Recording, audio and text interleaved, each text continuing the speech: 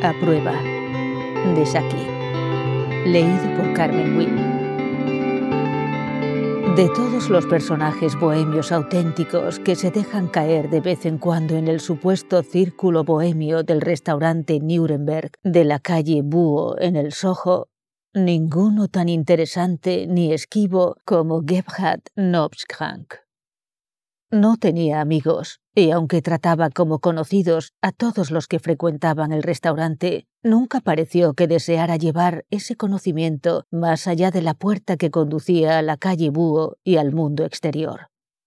Trataba con ellos de manera bastante parecida a como una vendedora del mercado trataría con quienes acertaran a pasar por su puesto, mostrando sus mercancías y charlando sobre el clima y lo flojo que va el negocio, o a veces sobre el reumatismo, pero sin mostrar nunca el deseo de penetrar en sus vidas cotidianas o analizar sus ambiciones.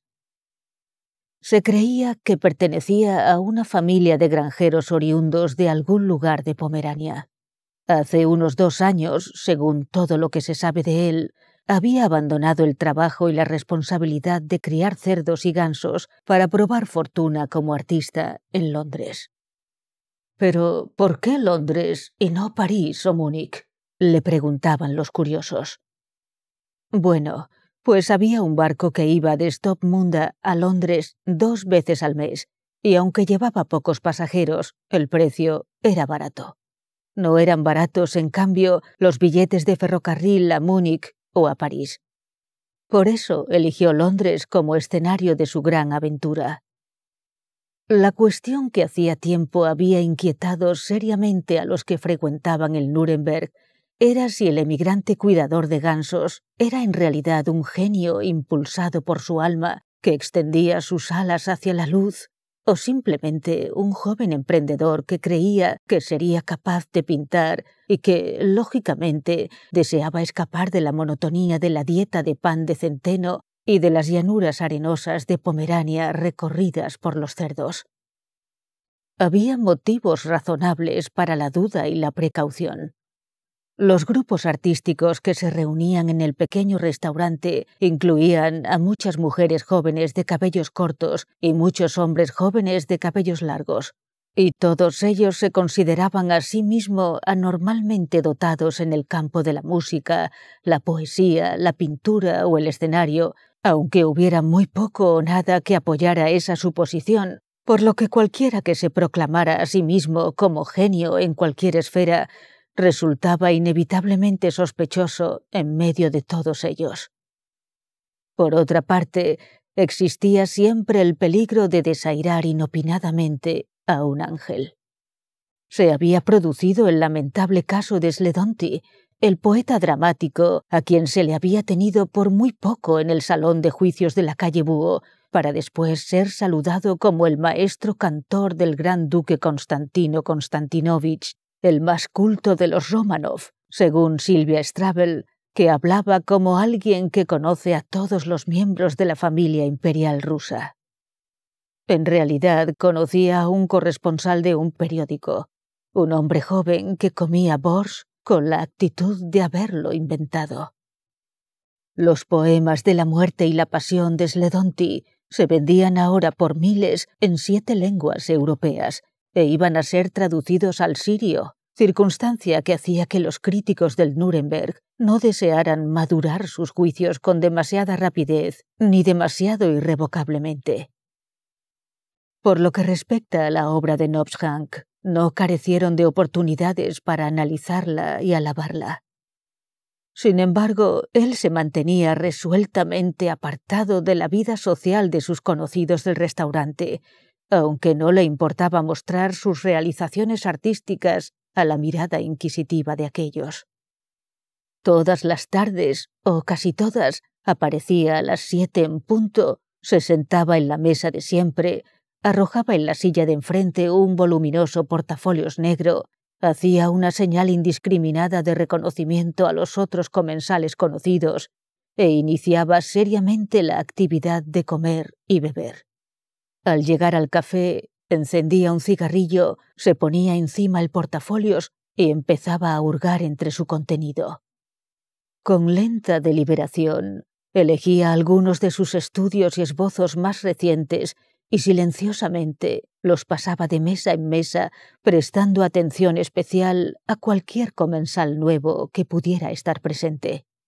Por detrás de cada esbozo había escrito con letra sencilla este anuncio: precio 10 chelines. Si evidentemente su obra no estaba estampada con la marca del genio, en cualquier caso resultaba notable por su elección de un tema inusual e invariable.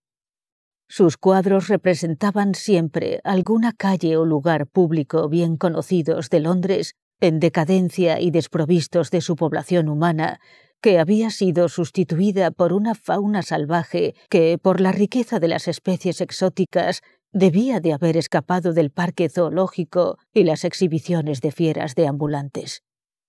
Jirafas bebiendo en la fuente de la Plaza Trafalgar era uno de sus estudios más notables y característicos, aunque más sensacional resultaba todavía el horrible cuadro titulado «Buitres atacando a un camello moribundo en la zona alta de Berkeley Street».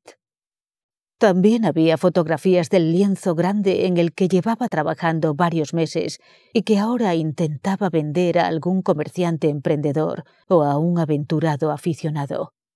El tema era Hienas dormidas en la estación de Euston, una composición en la que no faltaba nada que sugiriera las insondables profundidades de la desolación. Desde luego, puede ser algo de una inteligencia inmensa, algo que haga época en la esfera del arte, dijo Sylvia Stravel a su particular círculo de oyentes. Pero, por otra parte, podría ser algo simplemente loco.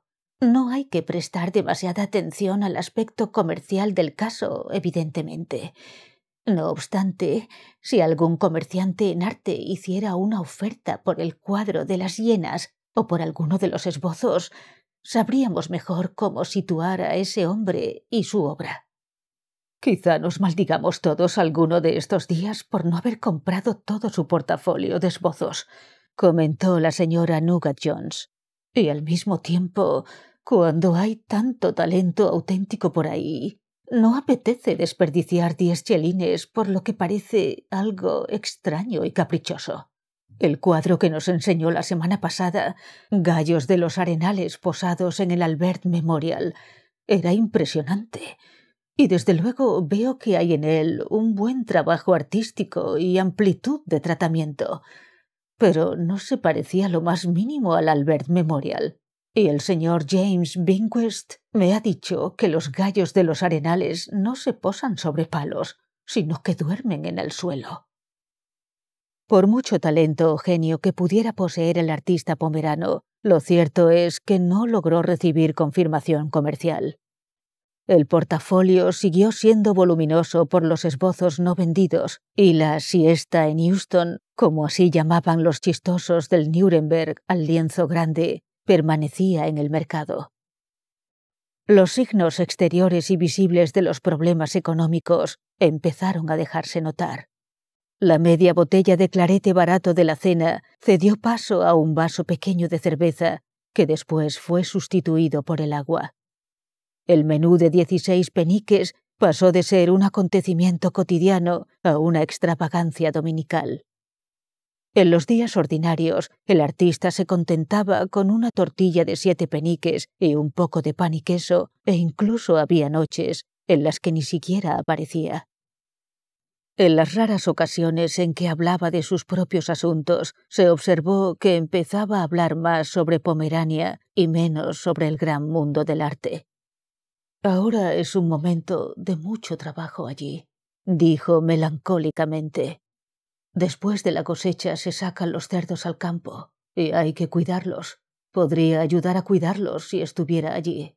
Aquí es difícil vivir, el arte no se aprecia».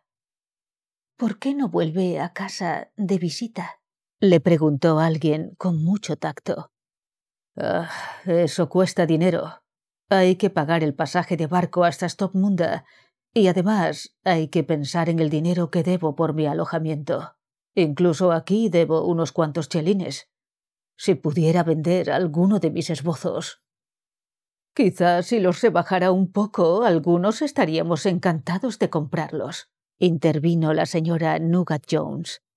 10 chelines es siempre una suma considerable para personas que no son muy acomodadas. Si pidiera 6 o 7 chelines. Cuando se ha sido campesino una vez, se es siempre. La mera sugerencia de un regateo produjo un parpadeo de alerta en la mirada del artista y endureció las líneas de sus labios. 9 chelines con 9 peniques cada uno. Espetó y pareció decepcionarse de que la señora Nugget Jones no siguiera con el tema. Había esperado llegar a ofrecérselos por 7 chelines y 4 peniques. Pasaron las semanas y Knopfhank se presentaba cada vez menos en el restaurante de la calle Búho. Incluso en esas ocasiones, sus comidas eran cada vez más y más ligeras. Llegó luego un día triunfal en el que se presentó pronto con un elevado estado de ánimo y pidió una comida muy elaborada que estaba muy cerca de ser un banquete. Los recursos ordinarios de la cocina tuvieron que aumentarse con un plato importado de pechuga de ganso ahumada, una delicadeza de Pomerania que por suerte pudo conseguirse en una empresa de comerciantes en Delicatessen de la calle Coventry, mientras que una botella de vino del Rin de cuello largo daba un toque final de festividad y alegría a la abultada mesa. «Es evidente que ha vendido su obra maestra», susurró Sylvia Stravel a la señora Nugget Jones, que había llegado tarde. «¿Quién lo ha comprado?», susurró ésta. «No lo sé. Todavía no ha dicho nada, pero debe de ser un americano. Fíjese, ha puesto una pequeña bandera americana en el plato del postre y ha echado un penique en la máquina musical 3 veces.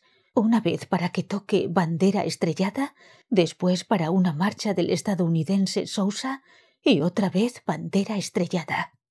Debe tratarse de un millonario americano y evidentemente ha pagado un buen precio. ¿Irradia satisfacción? Debemos preguntarle quién lo ha comprado», añadió la señora Nugget Jones. «No, ni hablar. Compremos pronto alguno de sus esbozos antes de que se suponga que sabemos que es famoso. Si no, doblará el precio. Estoy tan contenta de que por fin haya triunfado. Ya sabes que siempre creí en él». Por la suma de 10 chelines cada uno, la señorita Stravel compró los dibujos del camello moribundo en la parte alta de la calle Berkeley y el de las jirafas apagando su sed en la plaza Trafalgar. Por el mismo precio, la señora Nugget Jones consiguió el estudio de los gallos de Arenal. Un dibujo más ambicioso, lobos y guapiti luchando en las escalinatas del Club Ateneo, encontró un comprador por 15 chelines. «¿Y cuáles son sus planes ahora?», preguntó un hombre joven que contribuía ocasionalmente con algunos párrafos a un semanario artístico. «Regreso a Stopmunda en cuanto zarpe el barco, y no pienso regresar. Nunca». «Pero, ¿y su obra? ¿Su carrera como pintor?» No importa. Se pasa hambre. Hasta hoy no había vendido ninguno de mis esbozos.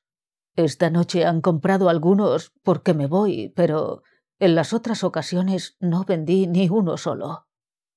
«Pero es que no hay un americano que...» «El americano rico», dijo reprimiendo una risa el artista. «Demos gracias a Dios.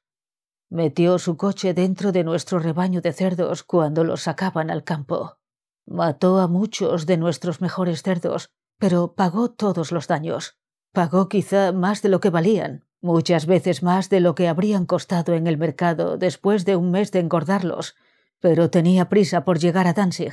Cuando se tiene prisa, hay que pagar lo que te piden.